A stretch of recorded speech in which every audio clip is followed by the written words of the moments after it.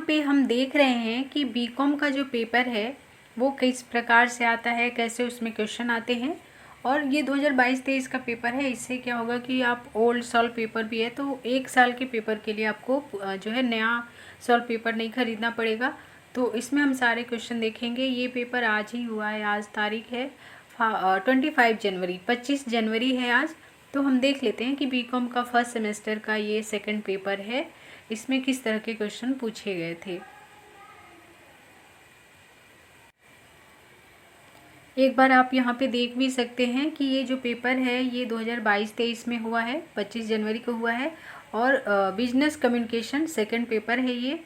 और इसका जो कोड है वो COM 109 है, COM 109। तो इसी पेपर को हम देखेंगे। पहला इसमें 40 क्वेश्चन आए थे, पहले से 40 नंबर क्वेश्चन तक देख लेते हैं। यहाँ पे हम दोनों ही मीडियम के क्वेश्चन देखेंगे। पहला जो क्वेश्चन है वो कह रहा है कि विच of the following spelling is preferred in American English, यानी कि निम्नलिखित में से कौन सी वर्तनी अमेरिकी जो अंग्रेजी है उसमें पसंद की जाती है। तो यहाँ पे आपको जो एक्नॉलेजमेंट है उसकी करेक्ट स्पेलिंग बतानी है अमेरिकी वर्तनी के अनुसार, ठीक है। फिर हम सेकंड नंबर का जो क्वेश्चन है, हम केवल क्वेश्चन देखेंगे, आंसर नहीं देखेंगे।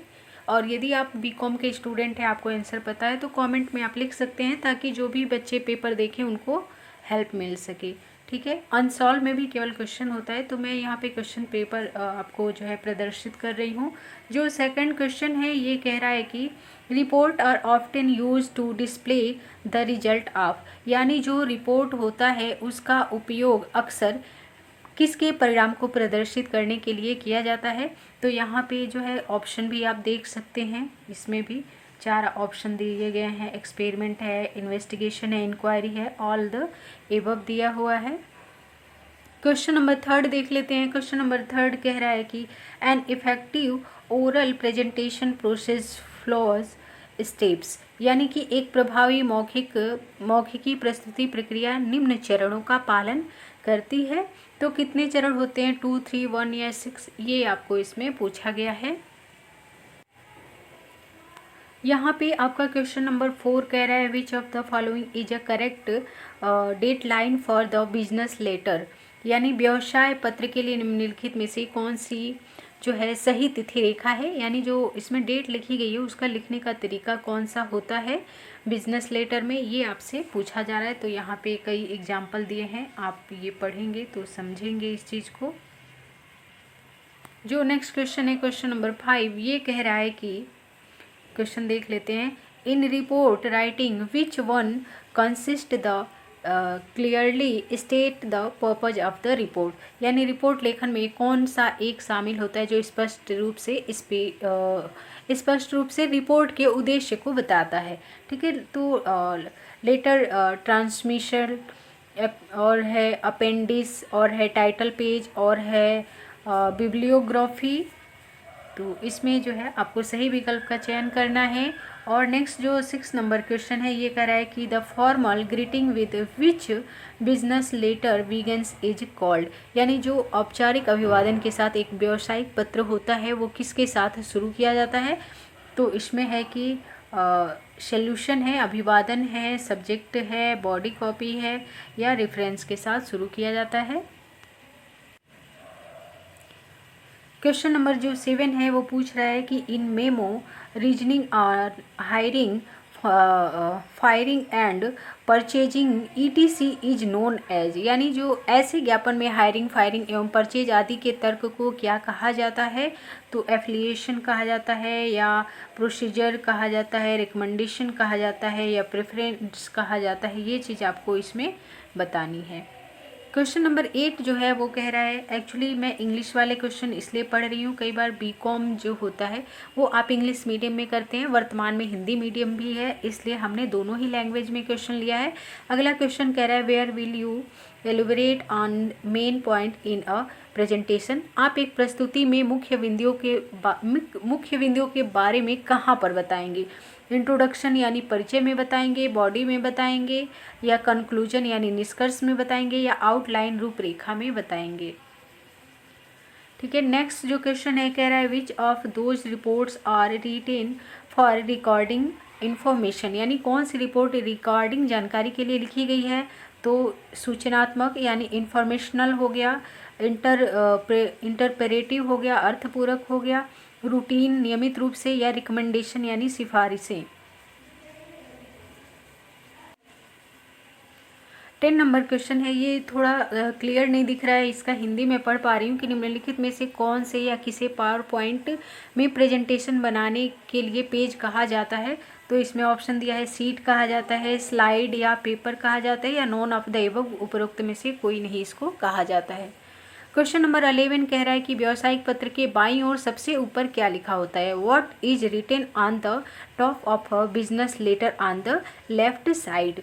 तो है कि सेंडर का एड्रेस होगा, या रिसीवर का एड्रेस होगा, या वहाँ पे डेट होगी, या फिर वहाँ पे सॉल्यूशन यानी कि अभिवादन होगा।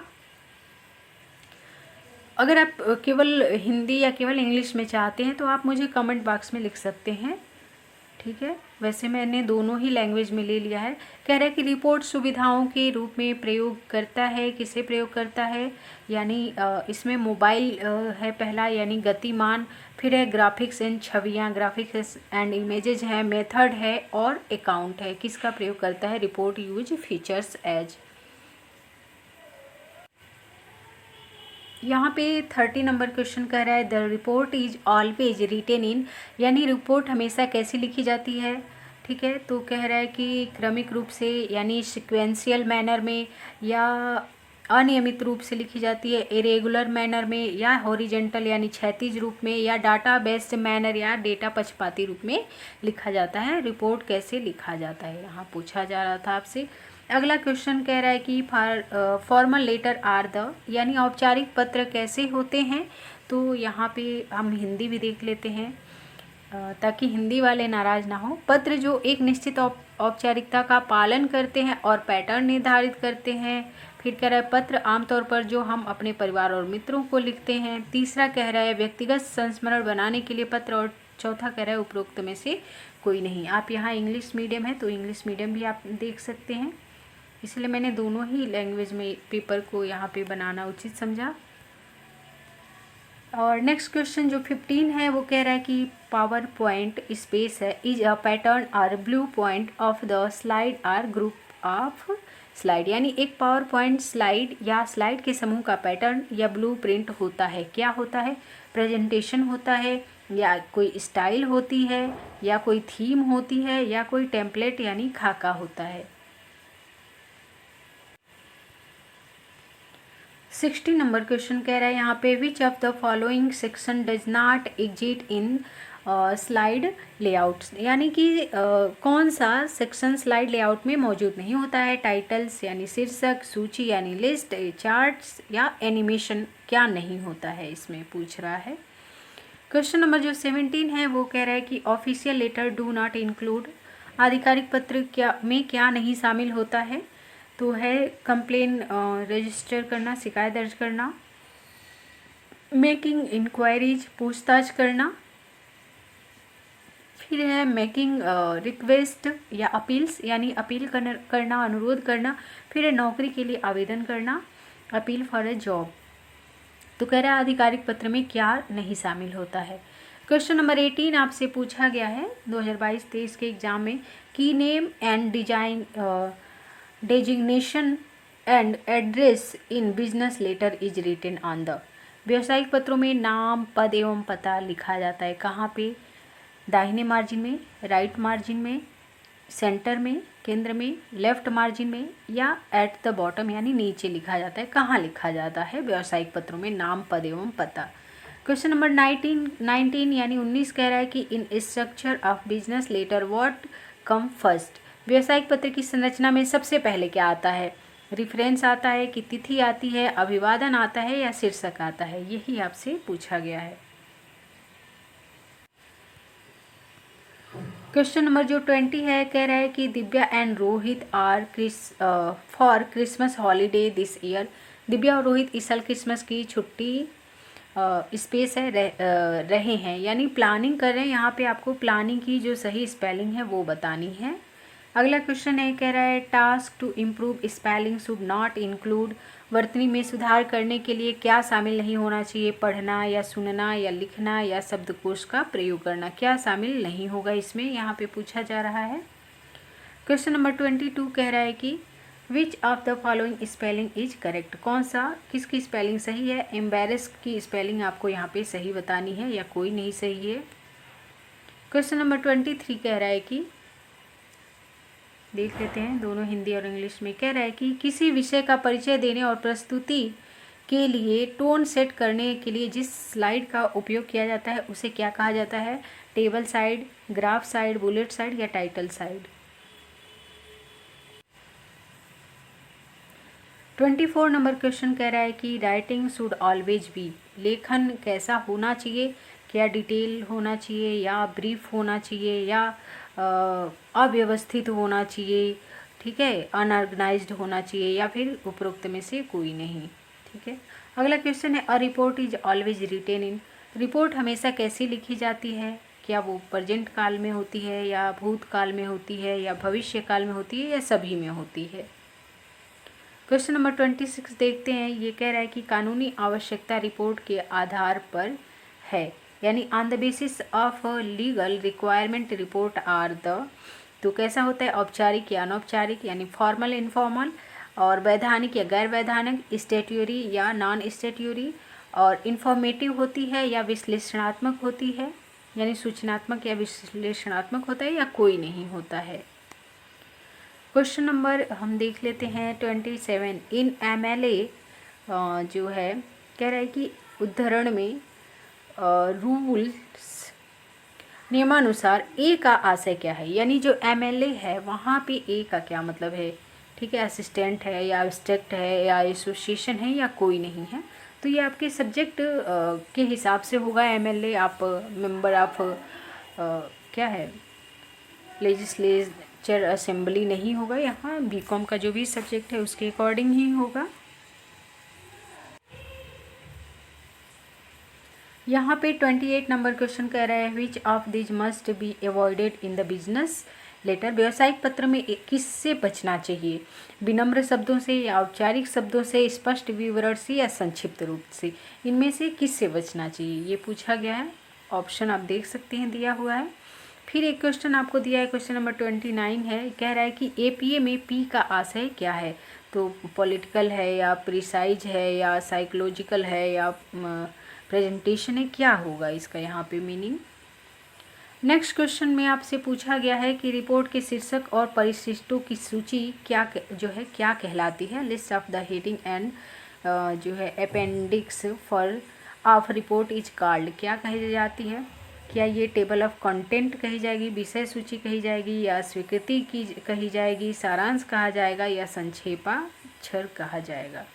नेक्स्ट जो क्वेश्चन है, कह रहा है कि लेखन कौशल में सुधार के लिए किसकी आवश्यकता होनी चाहिए, तो सही है मतलब गुड ग्रामर होना चाहिए, अच्छा व्याकरण और विराम चिन्ह होना चाहिए, लाउड वॉइस जोर की आवाज़ होनी चाहिए, सही टोन सेट करना या कोई नहीं। 32 नंबर क्वेश्चन देख लेते हैं, कह रहा है कि प्रस्तुति की शुरुआत जो है, सॉरी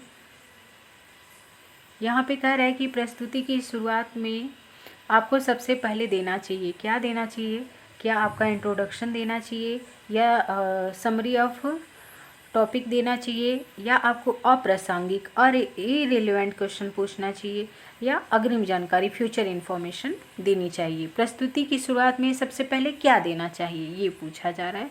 क्वेश्चन नंबर फिर 33 देखते हैं, ये कह रहा है कि वाक्य में त्रुटि खोजना है आपको, तो कह रहा है कि दोनों में ही we padded the seat of the chair with camel hair to make it soft, तो इसमें क्या गलत है, we padded seat of the chair, camel hair या नो एरर, कोई त्रुटि नहीं है। यहाँ पे क्वेश्चन है कि उपरोक्त शब्द में से रिक्त स्थान की पूर्ति करनी है, तो Divya is rain tonight, तो क्या होगा, एक्सेप्टिंग, एक्सपेक्टिंग या एक्सपेक्टिंग, क्या सही होगा, Divya is space rain tonight. Question number 35 कह रहा है स्पेस है, फिर कह रहा है लिखने में बिंदु या विराम जो है लगाने का सही उपयोग है ना। तो कह रहा है कि mean the right use of putting in point are stops in writing. तो क्या होगा, exclamation, semicolon, comma, full stop, क्या होना चाहिए यहाँ पे। रिपोर्ट का मुख्य भाग यहाँ पे कह रहा है क्या है, निष्कर्ष है यानी कंक्लूजन है, या रिकमेंडेशन यानी सिफारिशें हैं, या फिर डिस्क्रिप्शन है विवरण है, या फिर रेफरेंस यानी कि संदर्भ है। क्या है रिपोर्ट का मुख्य भाग। क्वेश्चन नंबर 37 कह रहा है मेमो शब्द किसका संक्षिप्त रूप है। संक्षिप्त रूप है मेमोरी का, मेमोराइजिंग का, मेमोरेंडम का, या मेंबर ऑर्डर का, किसका संक्षिप्त रूप है मेमो।